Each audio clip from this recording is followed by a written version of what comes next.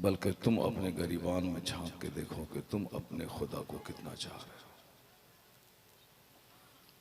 और बिला वजह की बातें लोग करते हैं कि साहब फिलिस्तीन तबाह हो गया तो हिंदुस्तान बर्बाद होने वाला है और हमारे ऊपर खतरात के बादल मंडला रहे हैं। ये सब बातें बिल्कुल ही नहीं करनी चाहिए। दो चार घंटे के बाद बंदा मरने वाला है, कब्र में जाने वाला है, हिसाब किताब वहाँ होने वाला है। गिनती होगी 3 जून को, और 3 जून से पहले हिंदुस्तान के लाखों लोग मरने वाले हैं और रोजाना मरते हैं लोग। तो गिनती अपनी जगह होगी, कौन बनेगा हाकिम नहीं बनेगा वो अपनी जगह होगा, मगर लोग 1 सेकंड के बाद मर सकते हैं और मरते भी हैं। अचानक चक्कर आया मर गए, गाड़ी एक्सीडेंट की लोग मर गए। आज भी अखबार में बहुत सारी खबरें थी कि कितने दर्जनों लोग मर गए। रोजाना इस तरह की खबरें आ रही।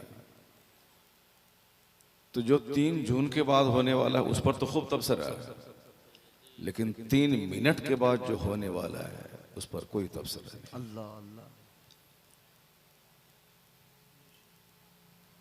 गैर जरूरी बातें बोलने के हम आदी हो गए। जो जरूरी नहीं है वो काम करने के हम आदी हो गए, जबकि इस्लाम मजहब जरूरियात से बहस करता है। जो आपके लिए कंपलसरी सब्जेक्ट है उस पे जोर देता है इस्लाम। आका अलैहिस्सलाम की एक हदीस पाक आप लोग सुने होंगे, फरमाते हैं सरकार कि मिन हुस्न इस्लामिल मर्इ तर्कुहु मा ला यानी। 1 करोड़ की एक बात है जो हुजूर ने कह दी। आका अलैहिस्सलाम फरमाते हैं कि एक मोमिन के इस्लाम का हुस्न ये है कि ला यानी गैर जरूरी चीजों को छोड़ दे।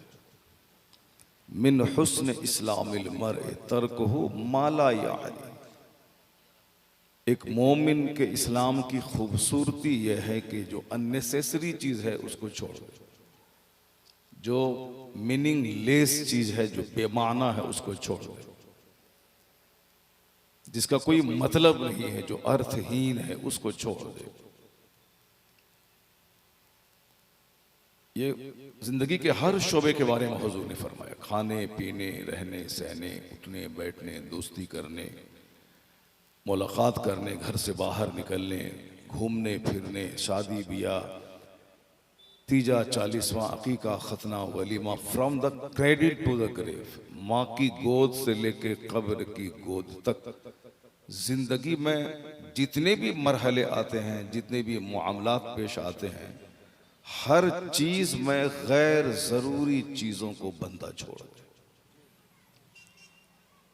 शादी में भी ऐसे भी, खाने पीने में भी, हर चीज में आज हमारी पूरी एनर्जी गैर जरूरी चीजों में सर्फ होती है।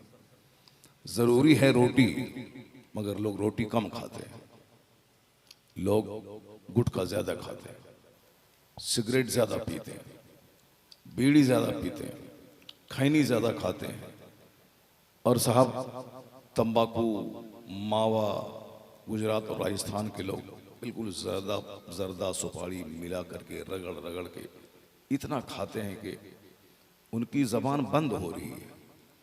अब डॉक्टरों को जबान खोलने के लिए दवाई बनानी पड़ रही है। गुटखा खाते खाते अगर जबान बंद हो गई हो, बात नहीं कर पा रहा हो आदमी, ये दोनों होंठ बिल्कुल मिल जा रहे हैं, तो उसकी मेडिसिन क्या होनी चाहिए? आज तक मेडिसिन नहीं आई थी उसकी मेडिसिन पे लोग गौर कर रहे हैं, मगर गुटखा छोड़ दें इस पे गौर नहीं कर रहे हैं।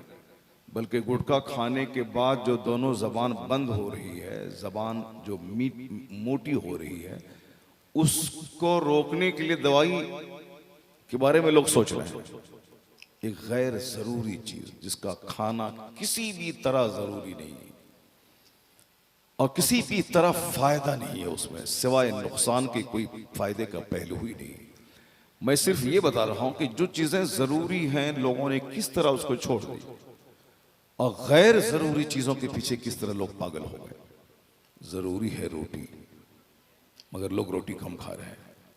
जरूरी है चावल, लोग चावल कम खा रहे हैं। और जरूरी है दूध, लोग दूध का इस्तेमाल कम कर रहे हैं। जरूरी है पानी, पानी का इस्तेमाल लोग कम कर रहे हैं। जबकि इस गर्मी के मौसम में कम से कम आदमी को 10 लीटर पानी डेली पीना चाहिए, लेकिन यहाँ 3 लीटर पानी भी लोग नहीं पी पाते हैं। और ये पानी बहुत जरूरी है।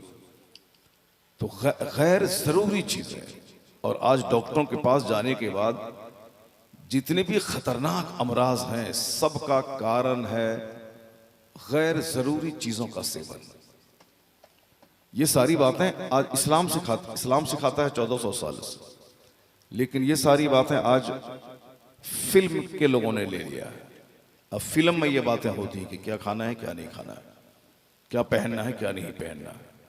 जो फिल्म एक एंटरटेनमेंट का जरिया था, यानी तफरीह का जरिया था, इंजॉय करने का जरिया था। कोई भी ऐसी फिल्म हो जिसमें नाच गाने के अलावा कोई फिल्म ही नहीं बनती, भले ही कहानी उसकी लिखने वाला कोई हो और जिस मकसद से लिखा हो, लेकिन उसमें गाने और नाच और बरहंगी यानी वल्गैरिटी की वजह से उसकी सारी अच्छाइयाँ लुप्त हो जाती हैं और मेन फिगर सामने आता है प्यार, मोहब्बत, एंजॉय, नाच गाना, डांस। हालांकि मकसद उसका ये था कि समाज में फैली हुई बुराइयों को दूर किया जाए, और अब सबसे बड़ी बुराइयों के फैलाने का जरिया वो फिल्म बन गई है।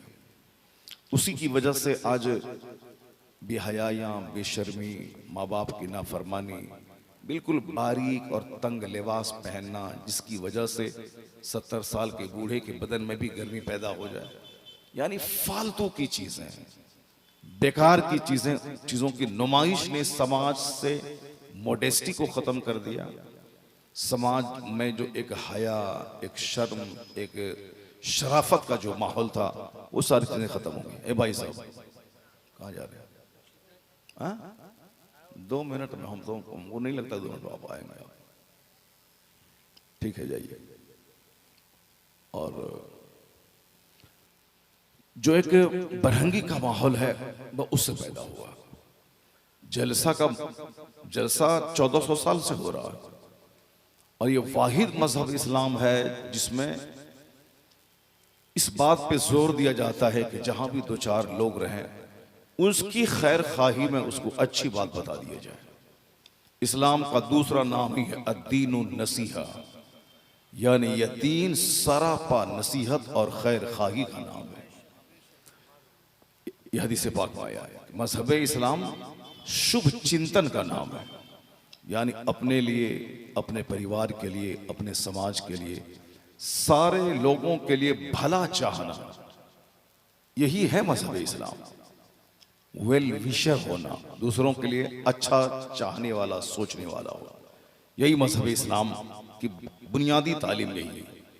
जुमा की नमाज फर्ज है, और जुमा की नमाज में तकरीर फर्ज है, वाज, खुतबा।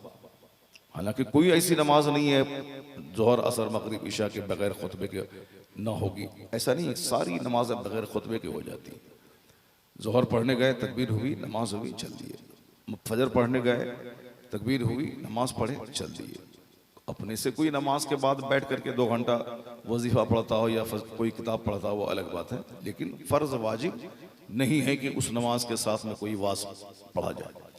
लेकिन जुमा की नमाज एक ऐसी नमाज है जिस नमाज के साथ वास जरूरी है, कंडीशन है, मशरूत है। वो जैसे बगैर वजू के नमाज नहीं होगी, उसी तरह बगैर खुतबे जुमा की नमाज नहीं होगी, लाजिम है। उसके बगैर नमाज ही नहीं होगी, चाहे 1 मिनट का खुतबा हो, चाहे 1 घंटे का खुतबा हो। वो खुतबा लाजिम है कि इमाम मेंबर पे खड़ा होकर 3 बार सुभान अल्लाह ही क्यों ना कह दे, मगर ये फर्ज जरूरी है, लाजिम है। उसके बगैर जुमा की नमाज ही नहीं होगी। और तमाम दुनिया की मस्जिदों में मैक्सिमम उस आयत करीमा की तिलावत होती है जो बिल्कुल कुरान पाक की नसीहतों का जो निचोड़ है। इन्नल्लाह यअमुरु बिल अदल वल इहसान व ईताइ ज़िल कुर्बा व यनहा अनिल फहशाइ वल मुनकर वल बग़य यअज़ुकुम लअल्लकुम तज़क्करून। फरमाते हैं जो एक्सपर्ट हैं, जो मजहब के जो माहिर लोग हैं, जो कुरान पाक के कमेंटेटर है, मुफस्सिर जो लोग हैं, वो कहते हैं कि अगर यही आयत कुरान में होती और कोई दूसरी आयत नहीं होती तो भी कुरान के नाजिल होने का मकसद पूरा हो गया होता। यानी वो जामे आयत है ये, इसमें सारी चीजें बयान हो गई। इसलिए जुमा की नमाज में इस आयत करीमा की तिलावत गांव हो या शहर हर जगह आखिर में होती है। इन्नल्लाह यअमुरु बिल अदल वल इहसान व ईताइ ज़िल कुर्बा व यनहा अनिल फहशाइ वल मुनकर वल बगी यइज़ुकुम लअल्लकुम तज़क्करून।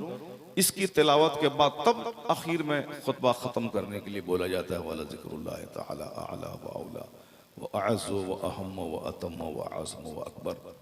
खुतबा फिनिश हो गया। चूंकि वो आखिर में वो जो आयत पढ़ी जाती है इसका